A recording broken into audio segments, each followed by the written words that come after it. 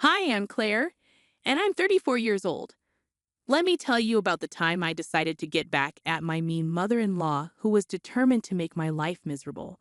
I tried to be patient and ignore her behavior for a while, but eventually I couldn't take it anymore. Let me explain a bit. Whenever my mother-in-law gave me something, it was never very good. Like on our wedding day. This present is from my mother-in-law, Justine. Let's see what's inside. It's a used spatula. Well, thank you.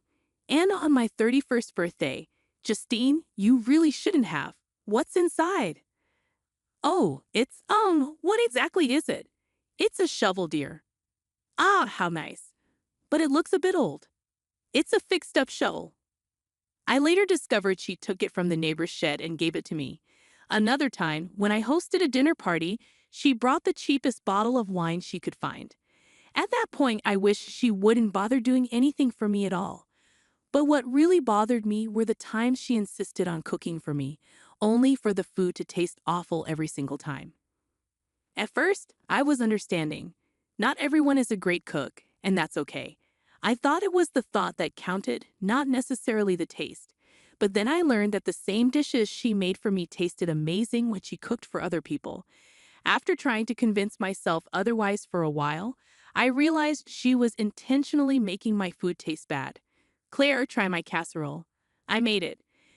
I'm really full from all the food you've given me. Please, just take a bite for me. I reluctantly took a bite, feeling uneasy about what might happen next. As expected, the casserole tasted terrible. It made me wonder if she was trying to harm me with it. You might be wondering what my husband thought about all of this. Well, he didn't believe me. I didn't blame him. It's tough to accept such a strange idea, especially when it's about your own mother. But I kept asking him to try the food she made for me, hoping he'd see what I meant. Every time, he dismissed me, saying I was imagining things. Sometimes he'd almost try it, but Justine always stopped him. Hey, that food is for Claire. I made it just for her, considering her dietary needs.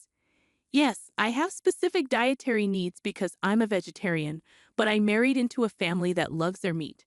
So whenever there's a big family meal, my mother-in-law, Justine, would make a separate dish for me, which I appreciated. But it always seemed like she didn't put much effort into it.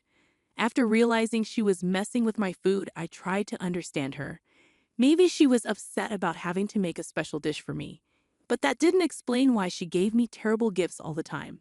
I tried to give her the benefit of the doubt until a few months ago. I invited a coworker who's also a vegetarian to a family cookout. Justine made 2 vegetarian dishes, one for my coworker and one for me. I tasted my coworker's dish secretly, and it was delicious, but mine was awful. It was clear that Justine could cook well. When I told my husband Liam about it, he just brushed it off. Oh, come on, Claire. You're overreacting and being a bit rude. I'm telling you, she's intentionally messing with my food. She doesn't want to make good food for me. Even if the food isn't great, which I doubt, what do you expect from her? She's just one person. Maybe you could help her out in the kitchen, especially with vegetarian dishes. I've offered to help many times, but she gets defensive and thinks I don't like her cooking, which you don't. And when I suggest things, she gets upset. There's no pleasing her. Maybe you should bring your own food to gatherings then, even if it seems rude. It's not like you have a serious allergy. You're just a vegetarian, and everyone can make vegetarian food. But remember Lucy, your coworker? She was nice. Yeah, Lucy's food was great, even the vegetarian dishes. They both took a moment to think about everything. Liam sat down on the bed, thinking deeply. Well, say something, Claire urged. Look, you're my wife, and I love you. I want to trust you, but I think you might be imagining things. I understand that my mom can be odd with gifts, but sabotaging your food, that's really messed up and dangerous, isn't it? Exactly. One time, I swear I smelled bleach in my food. I had to make an excuse to go to the bathroom so I wouldn't have to eat it. Claire, maybe because you and my mom don't get along, you're seeing her differently than the rest of us. She's a fantastic cook. I agree. After trying Lucy's food tonight, I'm sure she can cook well, but for some reason, she doesn't put in the effort with me. Enough! I won't let you talk badly about my mom anymore. She's a great cook. You're imagining things. I was frustrated. How many times did I have to convince him I was telling the truth? I decided to prove it. I waited for the next family gathering to make my move. About a month later, my mother-in-law called. I'm good, thank you. How about you? Oh, I'm excited. We're having another family gathering this weekend to celebrate Uncle JJ's return from France. Can you and Liam make it? Of course, Justine. We wouldn't miss it. Oh, that's great. Uncle JJ prefers simple things, even though he's from France. So we're keeping it casual with sliders and sandwiches. You can even bring your coworker friend again. She was lovely. Unfortunately, she can't make it this time, but Liam and I will be there. Oh, that's too bad. But I'm glad you both can come. Oh, one more thing before I forget. I've decided to get you some special plates to make it easier to separate vegetarian and non-vegetarian dishes. They're beautiful navy blue plates. No problem, Justine. Thank you. Okay, see you soon. After hanging up, I couldn't help but feel uneasy. Normally, different plates wouldn't bother me, but knowing what I knew about her, I realized it was just another way for her to make me feel isolated from everyone else. Everyone else in the family always enjoys their meals, but mine are always terrible. So when I complain, I look picky and fussy. But that's not true. There are rumors going around that I'm just being difficult, and I wish I could prove them wrong by sharing my food. But Justine always stops me and gets upset if I don't eat what she made. Sometimes I manage to avoid eating it, but usually I have to force it down quickly to avoid tasting it.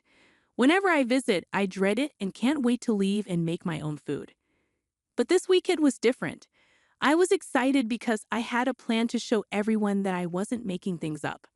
I had real concerns and everyone needed to see that. The weekend came and Liam and I brought our coleslaw to the barbecue. There was so much meat everywhere. Even the meat lovers thought it was too much. Despite my initial worries, the party was going well. I was enjoying chatting with my in-laws and playing with my nieces and nephews. But when Justine called us to the dining table, my stomach churned with dread. I forced myself to smile and sit next to Liam.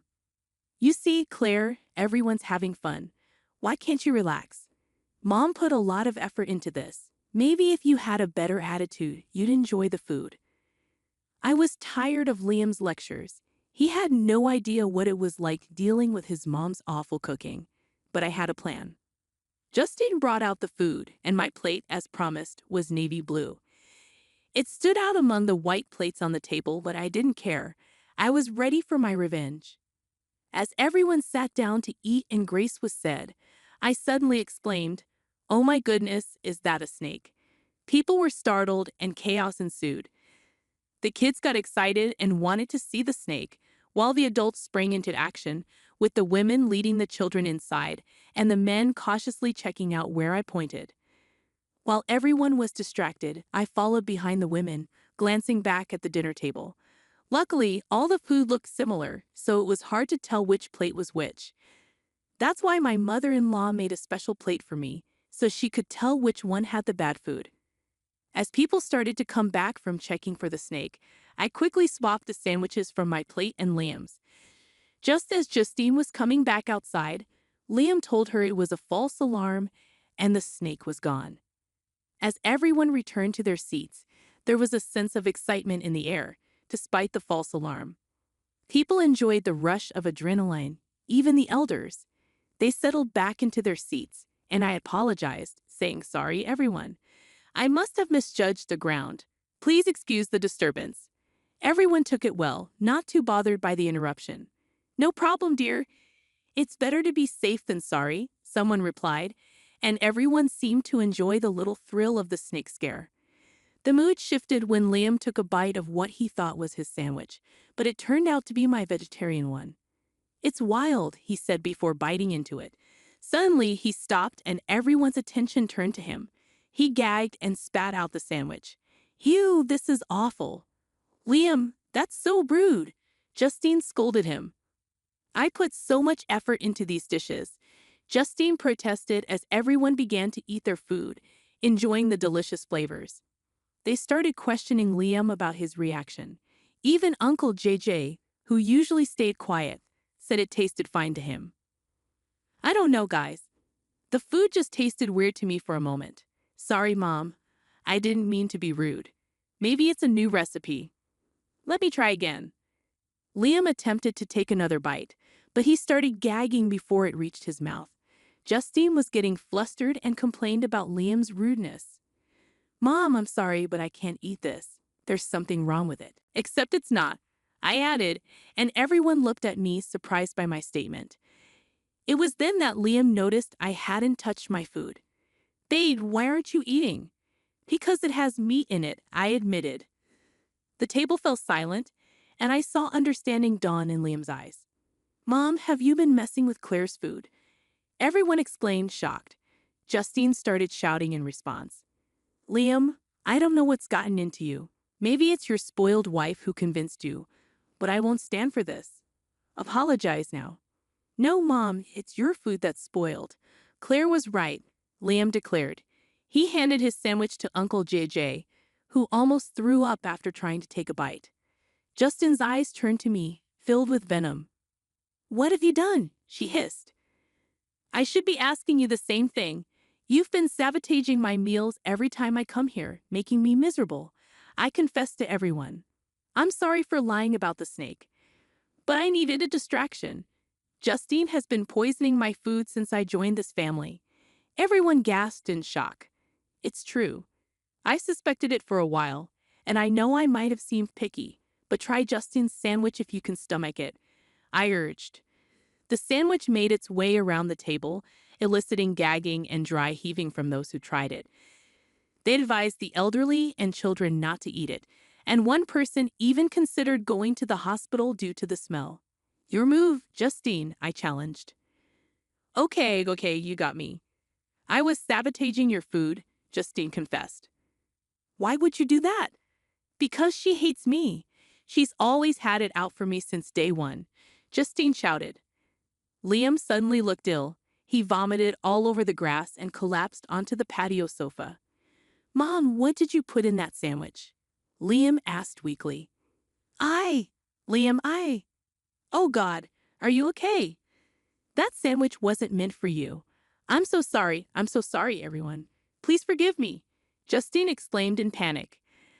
Uncle JJ's homecoming had to be cut short, and several family members rushed Liam to the hospital. It turned out that the sandwich contained rancid mushrooms with traces of cat feces, causing severe food poisoning. Liam was hospitalized for some time as he recovered, and my mother-in-law was arrested after confessing to her actions. The incident made me realize the extent of her hatred towards me. She was willing to harm me just because she despised me. If it had been me, she might have delayed getting help.